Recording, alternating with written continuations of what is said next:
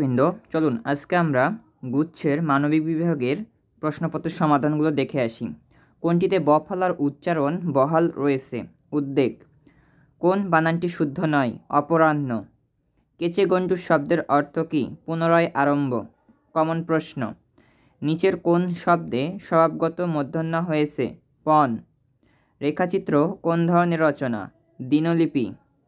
কোন রচনায় খনার বচনের উল্লেখ রয়েছে? রেইনকোট। করতল শব্দের অর্থ কী? হাতের তালু। ডায়ালেক্ট এর বাংলা পারিভাষিক শব্দ উপভাষা। কমন প্রশ্ন। সিংহ শব্দের সমার্থক শব্দ মৃগেন্দ্র। সমার্থক শব্দ মৃগেন্দ্র, এটাও কমন প্রশ্ন।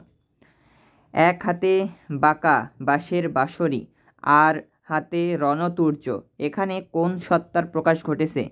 প্রেম ও দ্রোহ। অধ্বনির সংবৃত উচ্চারণ কোনটি? মন। মৌলিক শব্দ কোনটি?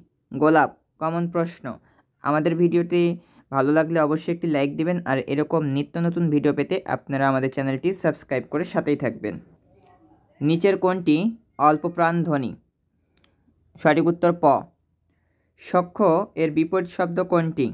বৈর। নিচের কোনটি মহাপ্রাণ অঘোষ ধ্বনি? থ। দুর্মূল্য শব্দের প্রমিত উচ্চারণ দুর্মূল্য। মায়া যেন ছলছল করে জেগে ওঠে লাল সালু উপন্যাসে কথাটি কার প্রসঙ্গে বলা হয়েছে?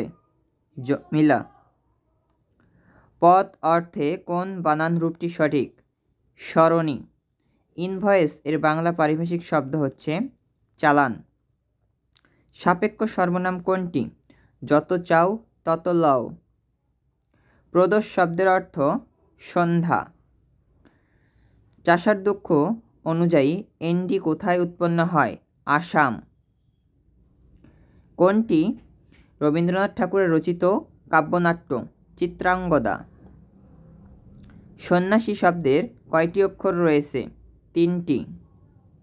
তখনই শব্দের ই-কে ব্যাকরণের ভাষায় কি বলা হয়? বলক। স্বরাস্ত অক্ষরকে কি বলে? মুক্তাক্ষর। তার করতলে পলিমাটির সৌরভ ছিল, অর্থাৎ তিনি ছিলেন ফ্যাসিবিরোধী লেখক শিল্পী সংঘের পক্ষে আকাল গ্রন্থটি সম্পাদনা করেন সুকান্ত ভট্টাচার্য। কোন বানানটি অশুদ্ধ? কার্তিক। বড় দাদা থেকে বড়দা কী ধরনের ধ্বনি পরিবর্তন?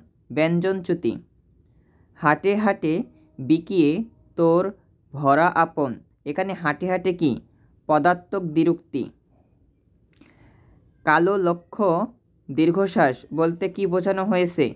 অজস্র ব্যর্থতার দীর্ঘশ্বাস। সিরাজউদ্দৌলা নাটকের প্রথম অঙ্ক প্রথম দৃশ্যে উপস্থাপিত ঘটনার সময়কাল 1756 সালের 19শে জুন। আমরা শব্দটি কোন ধরনের সমাসের উদাহরণ? একশেষ দ্বন্দ্ব।